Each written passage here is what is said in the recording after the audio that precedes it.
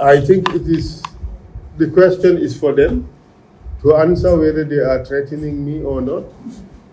I am not scared. I do not think that I have done anything in this country that would warrant the armed forces to think of me differently. I see them as loyal, serving men and women and officers of this country. I hold them to the highest regard, like I expect that they would hold everybody else to the highest regard. I don't want to enter into that debate. I do not think that anything meaningful has been said. All I just want to say is that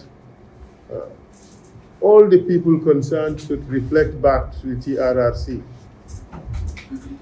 It's like that they haven't remembered much about the TRRC. But I'll remind them to go back and listen to the testimonies of the TRRC. In particular, Edward Singate, in particular, the CDS himself, his own testimony at TRRC, and also the testimony of Sana Sabali. I did not say what I said because I just wanted to say things. No. I said what I said because those were the right things to say.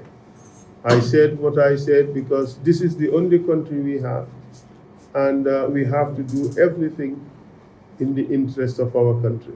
And that was the reason why I said what I said. I will not enter into a debate in the response. And some institutions, they like to play politics. I wasn't playing politics. I was playing good citizen. So, and that's why I said what I had to say. This is not the first time I am saying this. I have said it for years. Remember, it has taken 9 years since the beginning of this problem. 9 good years. So I said what I said because it was the right thing to say, and I leave it at that. I think Gambian people have also spoken. If you go to the internet, you see people have spoken their mind. Yes. I wonder there were any people who supported the statement that was issued. But we also understand sometimes people try to appease their political masters. And they say things that they themselves don't believe in. And I am emphasizing that they themselves don't believe in it.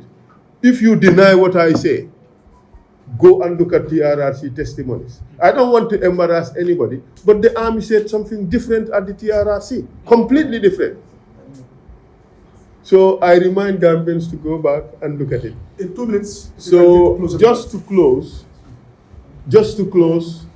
that this is a very serious moment. Tensions are rising in this country. It is the responsibility of the president.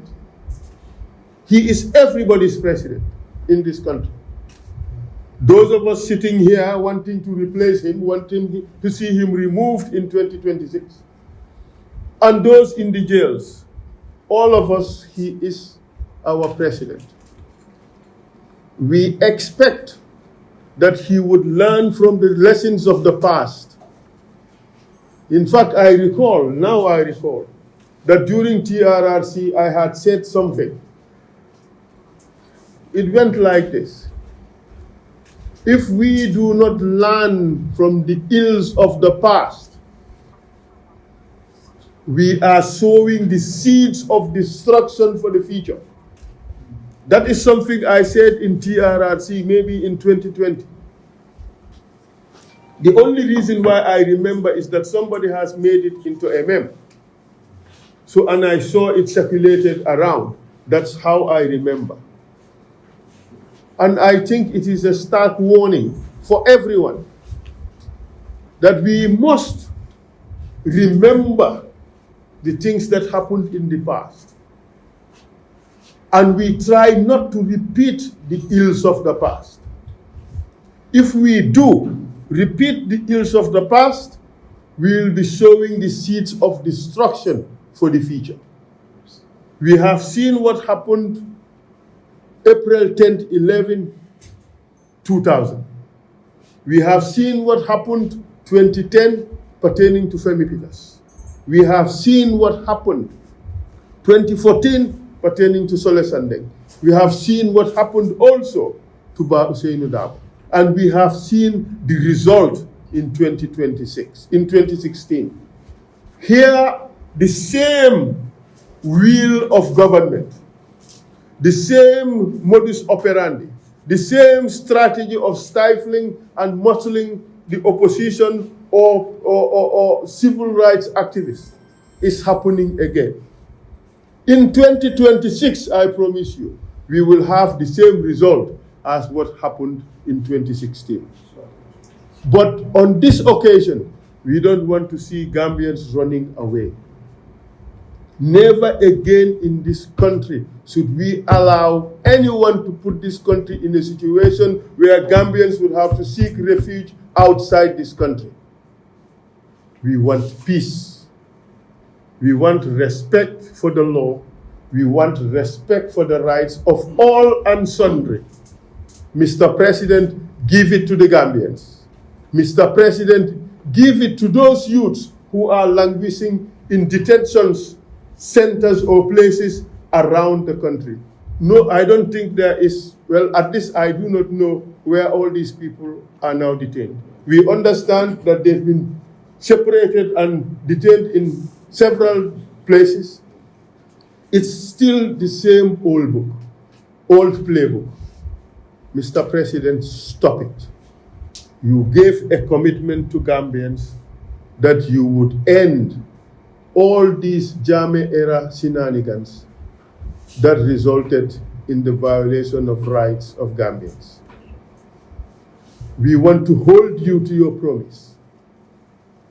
If you fail, we ask all Gambians to hold you accountable for this nonsense that is happening.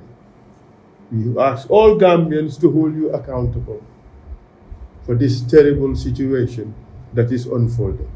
But more importantly, we want you to take action that would ensure the peace in this country. I thank you all.